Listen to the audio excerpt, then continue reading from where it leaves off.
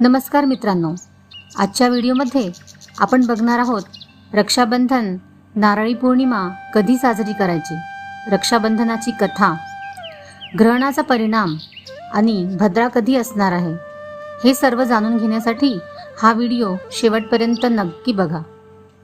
श्रावण महिन्यातील पौर्णिमा म्हणजे आनंद, श्रद्धा आणि प्रेमाने भरलेला एक पवित्र दिवस. या दिवशी आपण दोन सुंदर परंपरा अनुभवतो.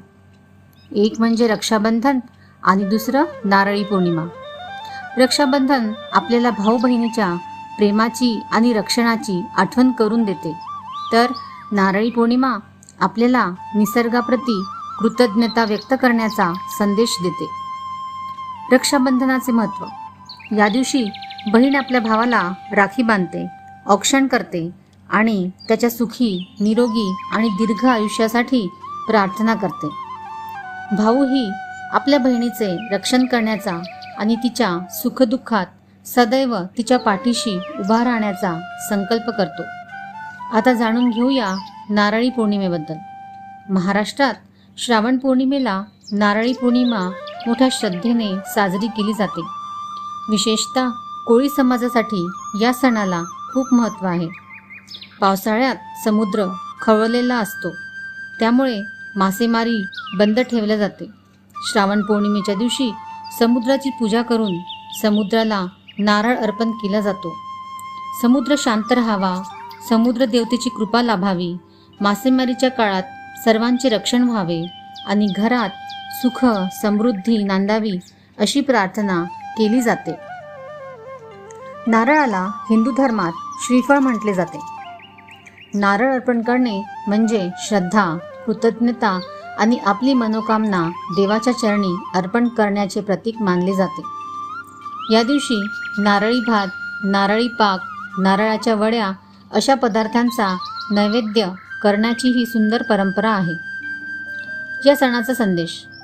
नारळी पौर्णिमा आपल्याला एक महत्त्वाची गोष्ट शिकवते. निसर्ग आपल्याला खूप काही देतो, त्यामुळे निसर्गाप्रती कृतज्ञ राहणे आणि त्याचा आदर करणे हे आपले कर्तव्य आहे. समुद्र आपले जीवन समृद्ध करतो, म्हणून त्याच्याप्रती कृतज्ञता व्यक्त करण्याची ही सुंदर परंपरा आहे. श्रीकृष्ण आणि द्रौपदीची कथा. एकदा भगवान श्रीकृष्णाच्या बोटाला जखम झाली आणि त्यातून रक्त येऊ लागले. हे पाहून द्रौपदीने क्षणाचाही विचार न करता आपल्या साडीचा पदर फाडून कृष्णाच्या बोटाला बांधला. द्रौपदीच्या या प्रेमाने व आपुलकीने श्रीकृष्ण भारावून गेले. त्यांनी मनोमन द्रौपदीचे रक्षण करण्याचे वचन दिले. पुढे कौरवांच्या सभेत द्रौपदीचा अपमान करण्याचा प्रयत्न झाला, तेव्हा भगवान श्रीकृष्णाने तिची लाज राखली. या कथेतून राखी ही केवळ धागा नसून प्रेम, विश्वास आणि रक्षणाचे बंधन आहे, हा सुंदर संदेश मिळतो. राखीचा धागा नाजूक असतो, पण त्यामागची प्रेमाची भावना अतिशय सामर्थ्यवान असते. 2026 मध्ये रक्षाबंधन केव्हा साजरे करावे, भद्रा केव्हा आहे, याच दिवशी चंद्रग्रहण आहे का, हे सर्व आपण जाणून घेऊया. रक्षाबंधन शुक्रवारी 28 ऑगस्ट 2026ला करण्यात येणार आहे. पौर्णिमा तिथी प्रारंभ 27 ऑगस्ट सकाळी 9:08 आणि समाप्ती 28 ऑगस्ट सकाळी 9:48. आता भद्रा केव्हा आहे. यावर्षीची विशेष बाब म्हणजे रक्षाबंधनाच्या दिवशी सूर्योदयापूर्वीच भद्रा समाप्त झालेली आहे. त्यामुळे 28 ऑगस्टला राखी बांधण्यासाठी भद्रेचा अडथळा नाही. म्हणजेच 28 ऑगस्टला सकाळीच भद्रा संपलेली असल्यामुळे राखी बांधता येईल. पण याच दिवशी चंद्रग्रहण आहे का? हो, 28 ऑगस्ट 2026 रोजी आंशिक चंद्रग्रहण होणार आहे. मात्र हे चंद्रग्रहण भारतातून दिसणार नाही.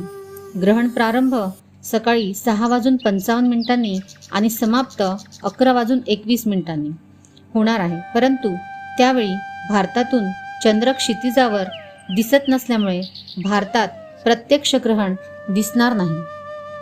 भारतामध्ये ग्रहण दिसत नसल्यामुळे रक्षाबंधनासाठी ग्रहणाचे सूतक लागू होत नाही, अशी पंचांगाधारित गणना आहे. त्यामुळे ग्रहणाची कुठलीही भीती, सूतक किंवा नियम न पाळता पूजा, औक्षण, राखी बांधण्याचा कार्यक्रम करता येईल. तरीही आपल्या कुलाचारानुसार आणि स्थानिक पंचांगानुसार नियम पाळणाऱ्या कुटुंबांनी आपल्या गुरुजींचा सल्ला घेणे योग्य राहील. भगवान श्रीकृष्णाची कृपा प्रत्येक भाऊ बहिणीवर राहो. भावा बहिणीचे प्रेम असेच टिकून राहो. घरात सुख, शांती, आरोग्य, समृद्धी नांदो. सर्व भाऊ बहिणींना रक्षाबंधनाच्या हार्दिक शुभेच्छा. ही माहिती अधिकाधिक लोकांना शेअर करा आणि माझा व्हिडिओ आवडल्यास नक्की लाईक आणि सबस्क्राईब करा. जय श्री कृष्ण. हर हर महादेव.